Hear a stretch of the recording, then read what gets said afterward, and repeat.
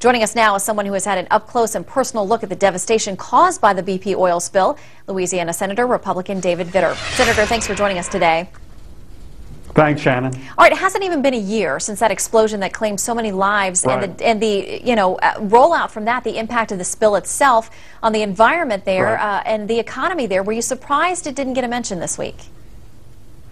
I wasn't shocked. I was certainly disappointed. First of all, no mention of the spill and the environmental issue.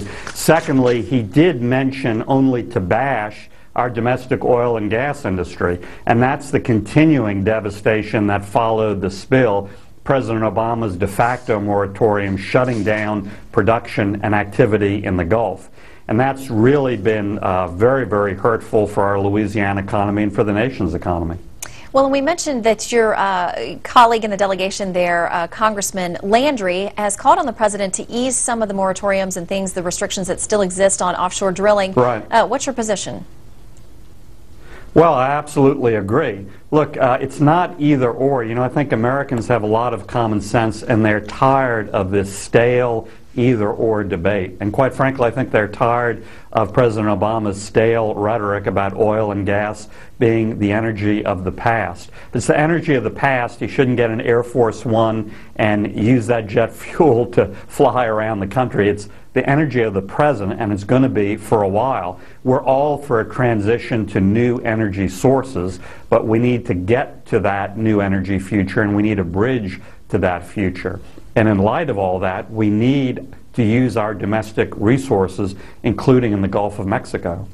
Do you think that the situation in Egypt, as it escalates there, and we don't really know what the outcome is going to be at this point, but because the potential is there to impact the Suez Canal, do you think that's going to reignite the debate and possibly help you in your requests?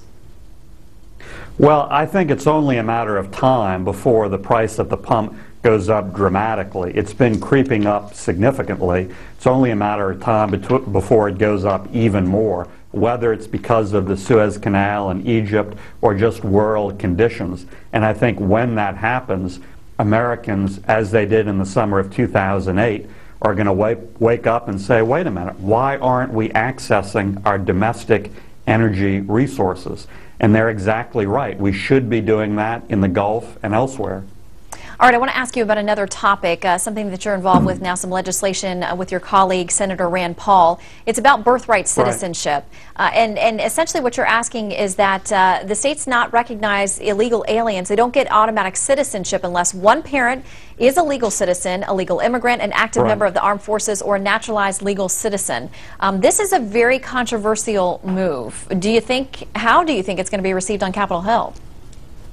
Well, I'll be honest with you. You say it's controversial. When I talk to real people in the real world, whether it's in Louisiana and elsewhere, they don't think it's controversial at all. They think the notion that a child born here of two illegal aliens automatically being a citizen is outrageous.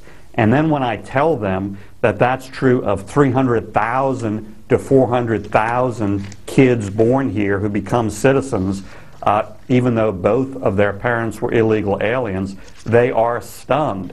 Clearly, the drafters of the 14th Amendment did not have that in mind. They drafted the 14th Amendment to address slavery, not immigration. All right, well, we will watch that legislation, and as it winds its way through Capitol Hill, we hope you'll come back and talk about it. Senator Vitter, thanks so much.